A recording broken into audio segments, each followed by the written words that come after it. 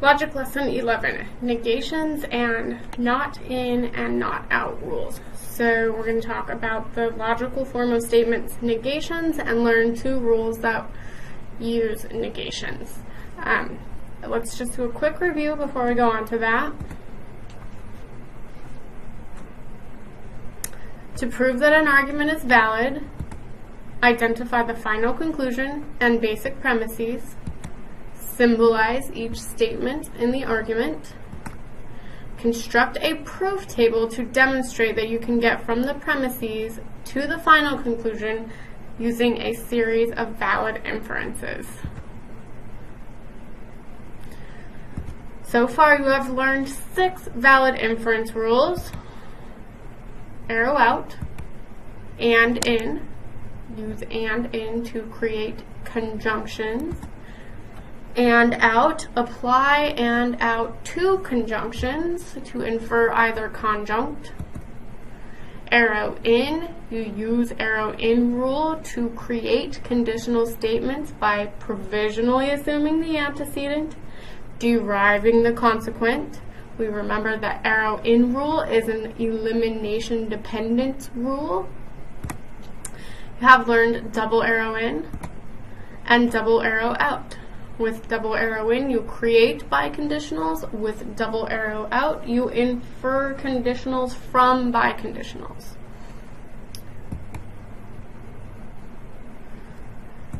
A little reminder about making provisional assumptions. We use provisional assumptions so far only when using the arrow in rule. We have also learned how to incorporate provisional assumptions when using the arrow in rule plus the double arrow in rule. And so a few important reminders.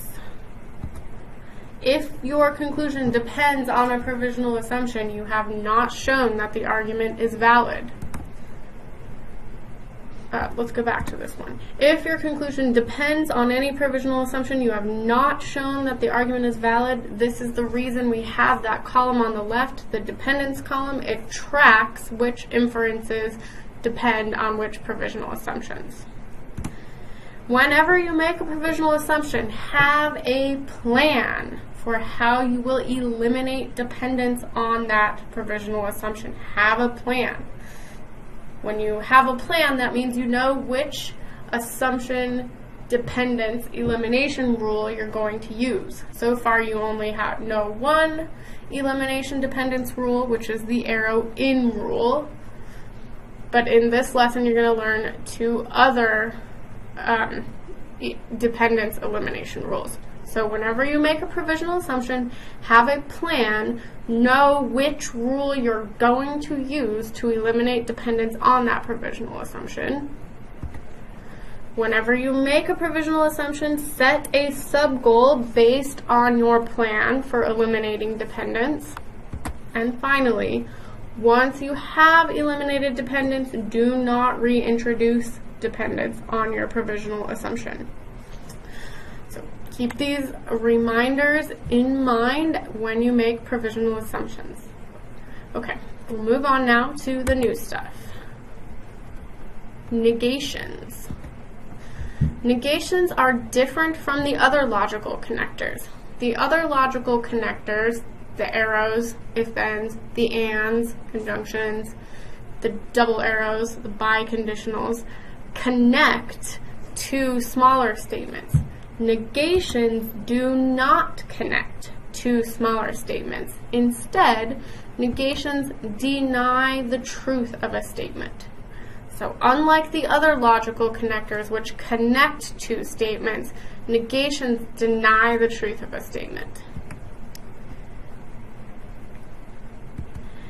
Negations deny the truth of simple statements. God does not exist. Denies the truth of the simple statement, God exists. They might deny the truth of a compound statement. They might deny a whole conjunction or a whole biconditional. I'll talk a little bit more about this in a second. Negations are often components of compound statements. For example, we might have an antecedent, which is a negation. We might have a consequent, which is a negation, and so the negation is the component of a compound statement. It's usually the case that negations are components of compound statements rather than the main logical connector, though not always. Let me talk about a particular case where it is the negation is the main logical connector and a whole compound statement is negated. Negated conjunctions. Negated conjunctions say not both A and B. It is not the case both that God exists and that free will exists, for example. Another way of saying not both would be A is incompatible with B, A is inconsistent with B, and there may be others. Okay, so negated conjunctions are a form of compound statement where the negation is the main logical operator, not both A and B. We see negated conjunctions frequently. We symbolize them by putting the conjunction inside grouping symbols and the negation, the little squiggly symbol, outside grouping symbols. Since the negation is outside the grouping symbols, we know it's the main logical operator here, and it's the whole conjunction that's negated. So this is how we would symbolize a negated conjunction, and it's important to keep in mind that not both A and B is not the same thing as not A and not B. We can't distribute the negation. These two sentences mean different things. Let me give you an example. So here's a negated conjunction. The existence of evil is incompatible with the existence of God. It's not the case that both evil and God exist. That is different from saying evil does not exist and God does not exist. The first sentence says either evil does not exist or God does not exist, or both. The second sentence says God does not exist and evil does not exist. So those sentences are different. A negated conjunction does not equal a conjunction where each of the conjuncts is negated. Those mean different things.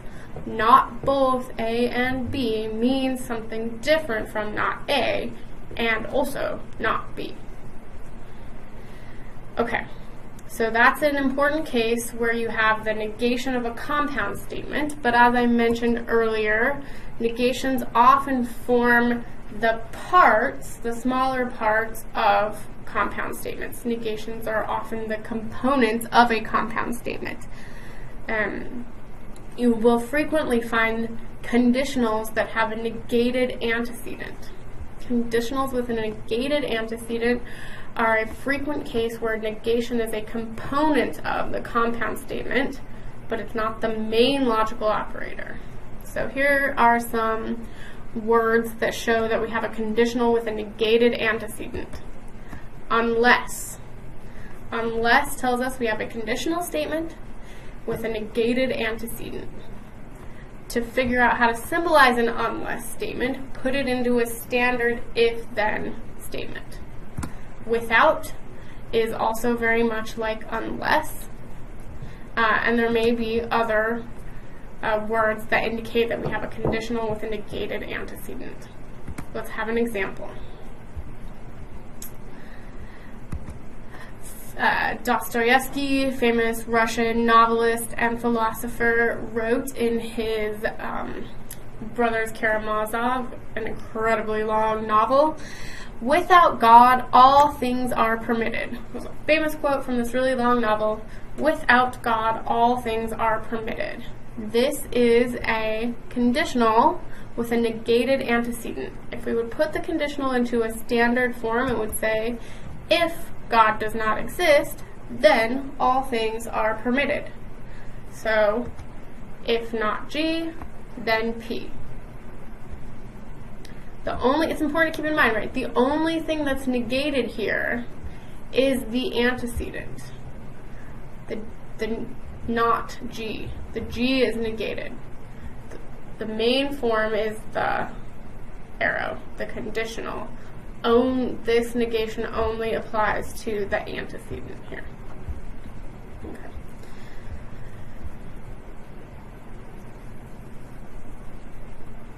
So once we have introduced negations, that's really going to make you have to pay very careful attention when you're symbolizing things to what is the main logical connector, what is the negation doing, what statements does it negate, and putting it or paraphrasing things in standard logic form is going to help with that. Okay, so much for symbolization. Let's talk about our two new rules. So we're going to have two new inference rules, not in and not out rule. But before I teach you those two rules, you're going to need to learn a little bit more vocabulary. Logical opposites, logical contradictions. Make sure that you learn these terms. Logical opposites, logical contradictions. Let's start with logical opposites. Logical opposites, two statements are logical opposites when one is the exact negation of the other. Exact negation. So here are some examples. A and not A are logical opposites because one is the exact negation of the other. Here's another example of logical opposites. Not both A and B is the logical opposite of A and B because it is the exact negation, right? It negates the whole statement. Wrong way. Okay.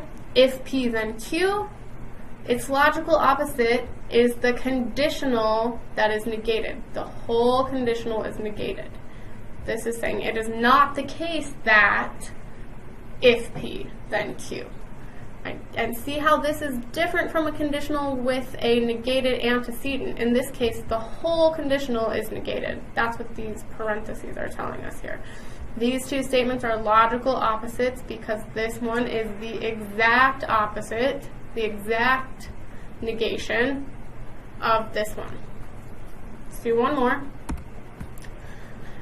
Logical opposites. Here we have a biconditional, and here we have the negation of that biconditional, so logical opposites. Okay, so logical opposites are two statements where one is the exact negation of the other. Next new term, logical contradictions. A logical contradiction is the conjunction of two logical opposites. When we conjoin, using the and symbol, two statements that are logically opposite to each other, we have a logical contradiction. Some examples. H and U, and not both H and U. See what we have? A conjunction that's conjoining two statements which are logically opposite, logically opposite to each other.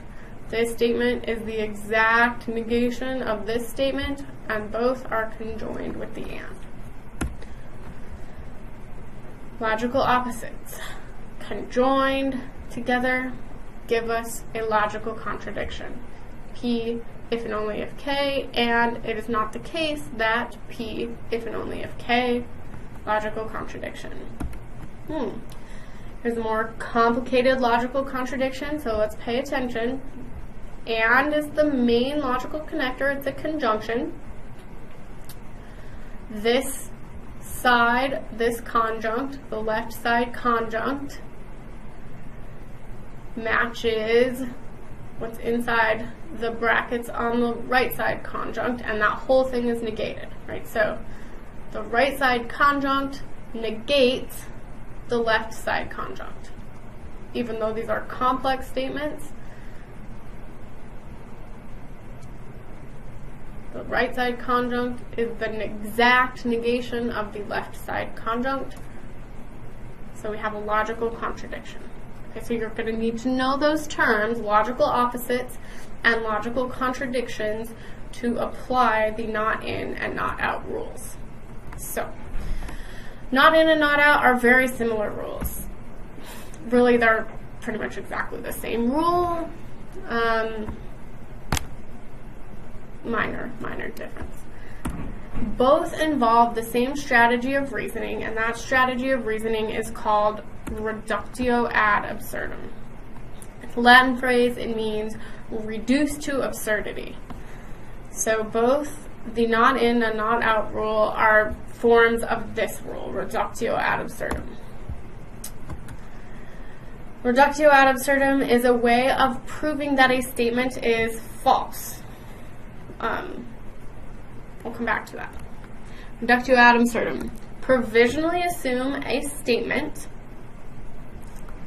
Prove that that statement, along with other basic premises, implies a logical contradiction. Remember that a logical contradiction is a conjunction of logical opposites. So, provisionally assume a statement. Prove that that statement, along with other premises, implies a logical contradiction, the conjunction of two logical opposites. And then you will infer the logical opposite of your provisional assumption. So think about what's going on here. Understand this rule conceptually. You're provisionally assuming a statement. You're saying, what if X is true? And then you show that X leads to a contradiction. Well, if provisionally assuming that X is true leads to a logical contradiction, then X must be false. And if X is false, then its logical opposite, not X, is true. So that's how reductio works conceptually. You provisionally assume something, you show that that assumption leads to a contradiction, and since it leads to a contradiction, its opposite must be true, and it must be false. Not in rule, specific way of applying reductio. You assume a statement, use that statement and perhaps other premises to derive a logical contradiction, and then you infer the negation of the statement you provisionally assume. So you're putting a not in, right? You assume a statement, you get a logical contradiction, and so you negate the statement you assumed. You put a not in. Not out rule. You provisionally assume a negation, right? Assume not A. Use that negation and other basic premises to derive a logical contradiction and infer the logical opposite of the negation. So the logical opposite of not A is A. So for the not out rule, you assume a negation, get a contradiction, and then take the not out and infer the statement, which is the logical opposite of the negation. I'm going to give you examples. Don't worry. But first, let me say one more thing. These rules are dependence elimination rules. Both not in and not out eliminate dependence on the provisional assumption that led to the contradiction, because you're saying that assumption is not true anymore, right? When you apply the not in or the not out rule, you're essentially denying that your original provisional assumption is true, so you're not anymore dependent on its being true, since you're saying it's not true. If you don't understand that, ask questions about it in class. Okay, let me give you now an example of how to apply these rules.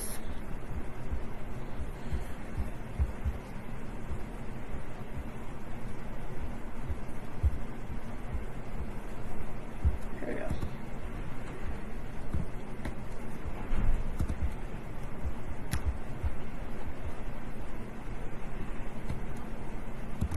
Okay, let's prove the following argument is valid. If the defendant had shot her husband, then she would have gunshot residue on her hands. But she does not have gunshot residue on her hands, therefore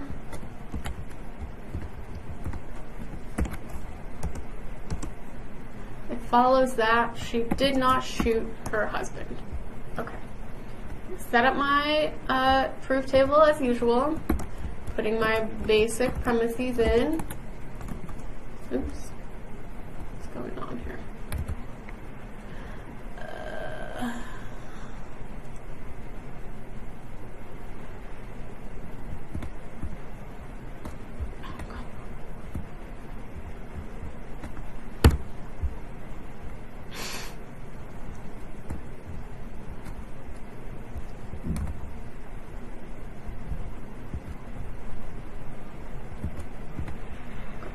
Sorry about that. S, arrow, G,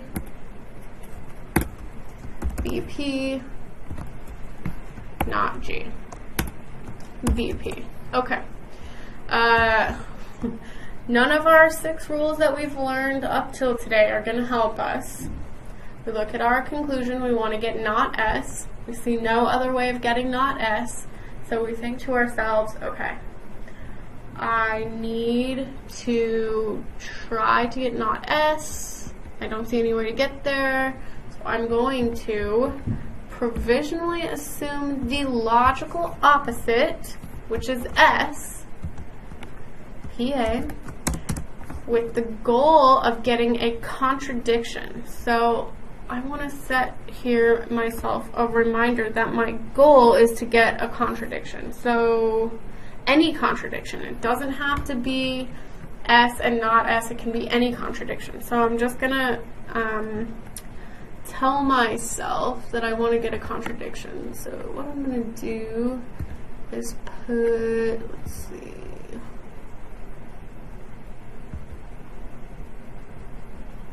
Oh, it doesn't matter. Okay. I'm just going to put circle and not circle. This is just tell me that I'm trying to get any logical contradiction. This is my sub-goal, a logical contradiction. Now I have a PA, so I'm going to do my dependence column. 1, 2, 3. Okay. Now I can apply my other rules. I see on line 1 that I have a conditional, and on line 3 I have a statement that matches the antecedent of my conditional, so I can infer the consequent. So I get G from lines 1, 3, arrow out. This is going to depend, since I use lines 1 and 3, and 1 and 3 depend on 1 and 3 on 1 and 3. Okay, now I'm looking for a contradiction, any contradiction, and I see that I have on line 4 G and on line 2 not G. I see I have 2 logically opposite statements. So I say to myself, I need a logical contradiction. How about I do G and not G? That's using for, to, and in rule. This is going to depend on what lines 4 and 2 depend on. Line 4 depends on 1 and 3, and line 2 depends on 2. So 1, 2, and 3. Okay, so now what I have is a logical contradiction. This clearly can't be. And since it was this provisional assumption, S on line 3, that gave me the logical contradiction, S must be false, and not S must be true. So I'm going to write over here in the justification column that the provisional assumption all the way through to line 5, the logical contradiction, show me that S is false and not S is true. Since I put the not in, I use the not in rule. Now what does this depend on? It depends on what the previous lines depended on, and they depended on 1, 2, and 3. So 1, 2, but it doesn't depend on 3 anymore, because 3 says S is true, and line 6 I'm denying it. I'm saying S is not true, so not S certainly does not depend on S being true. It's just the opposite. I'm saying S is not true. So 3 through 5, not in, and then not in eliminates dependence on the provisional assumption that led to the contradiction. Okay, so to review, I set up my proof table, I had a negation as my conclusion. I didn't see any other way of deriving that conclusion, so I provisionally assumed its logical opposite. I set as my subgoal a logical contradiction with the plan of using not in rule. On lines 4 and 5, I got this contradiction. And so on line 6, I was able to infer the logical opposite of my provisional assumption. Since my provisional assumption logically applied a contradiction, my provisional assumption must be false. And since my provisional assumption is false, I certainly don't depend on it being true. Okay, let's go back.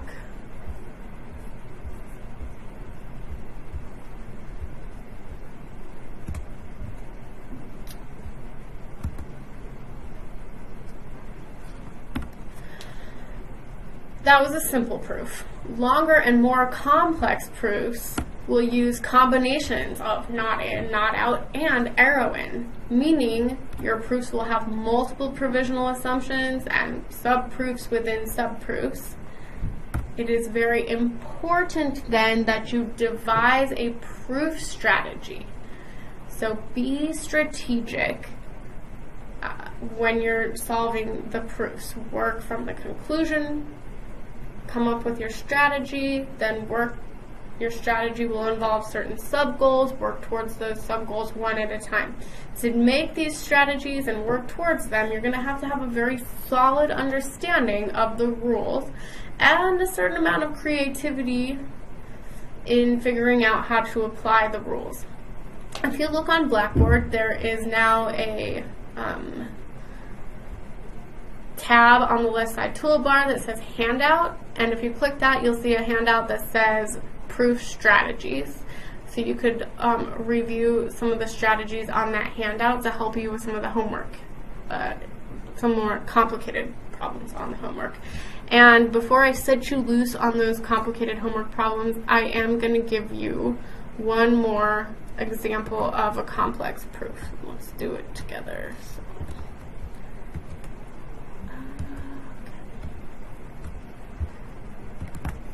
Bring this back up. Okay.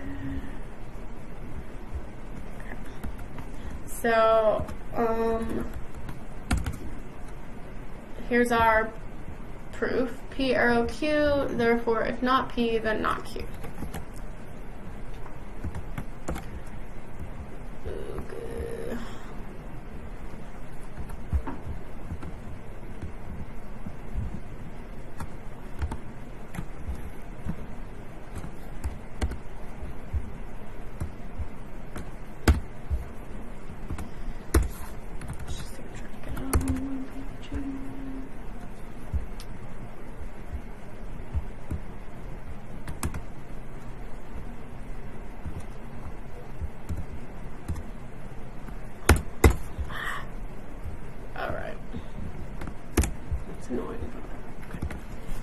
P arrow Q, that's my only basic premise.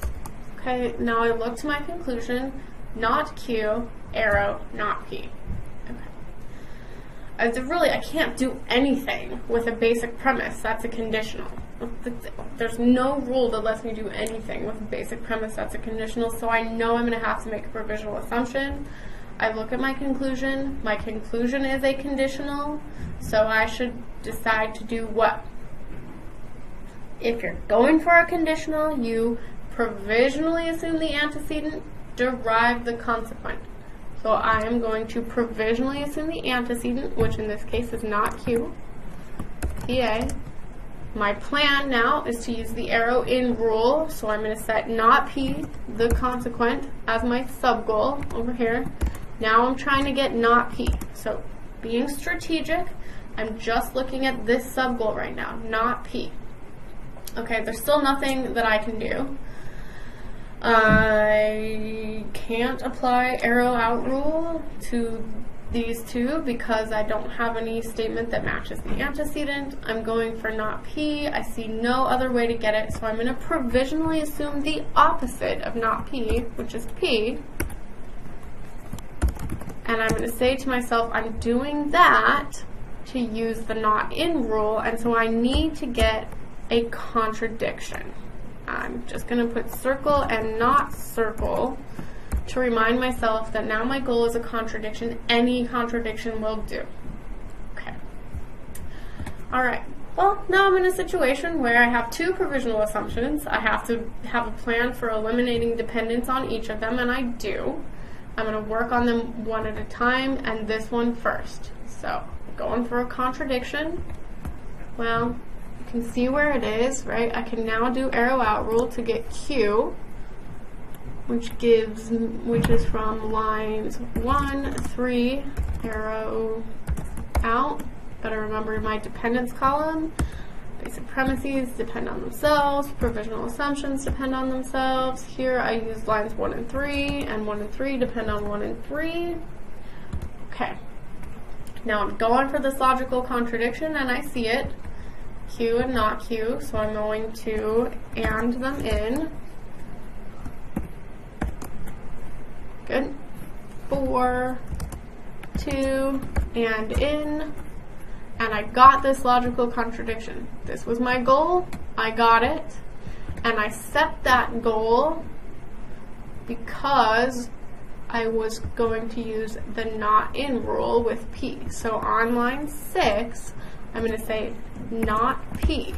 And that is because provisionally assuming P on line 3 led to the contradiction Q and not Q on line 5. Since P led to the contradiction on not line 5, P must be false and not P must be true. Let's do the dependence column. For line 5, I used lines 4 and 2. 4 depends on 1 and 3, and 2 depends on itself, so 1, 2, 3. Now line 6,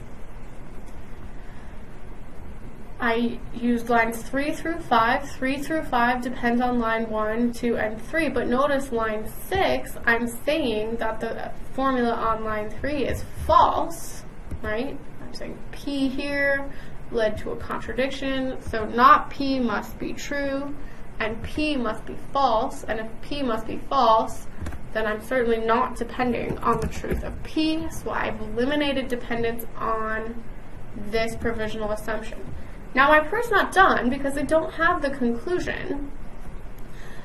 And a word of caution, I cannot use now any line that depends on line 3, okay? Because I've eliminated dependence on that provisional assumption, I don't want to reintroduce dependence, so I will not use line 3, line 4, or line 5 again. Okay. Well, let's take stock. I was trying to derive a conditional, so I provisionally assumed the antecedent. I set the consequent as my subgoal, and line 6 is that consequent. I was planning to use arrow in rule, which says provisionally assume the antecedent. I did that. Derive the consequent. I did that, so I may infer not Q, arrow, not P.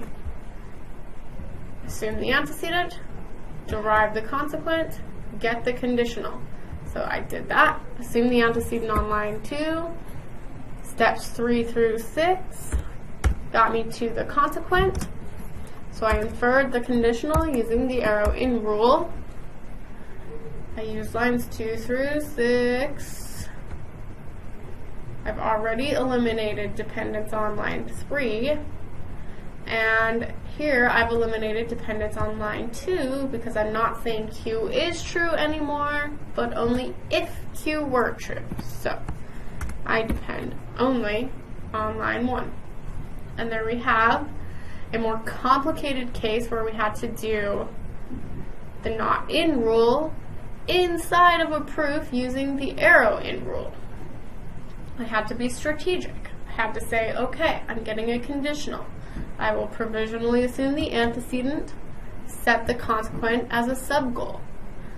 and then seeing no other way to get that sub-goal, I assumed its logical opposite, set a logical contradiction as a new sub-goal, and worked towards this sub-goal first, which I got on line 5, which allowed me then to get not P on line 6, which was my first sub-goal, which allowed me to conclude the conditional, which was my conclusion.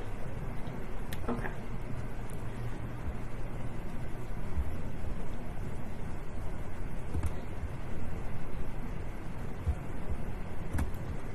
So when you're doing longer and more complicated proofs that use combinations of rules, you will remember that you may have to use multiple PAs. You need to have a strategy. You need to clearly understand the rules. And again, have a look at that handout, proof strategy handout that's on Blackboard. If you have a difficult time with the homework, make sure you come to office hours to get help. Happy to help. Here's what you should be able to know. Negations. Negations deny statements instead of connecting statements. You should know how to symbolize negations, both negations of simple statements, negations of compound statements, and statements where negations are components of other statements.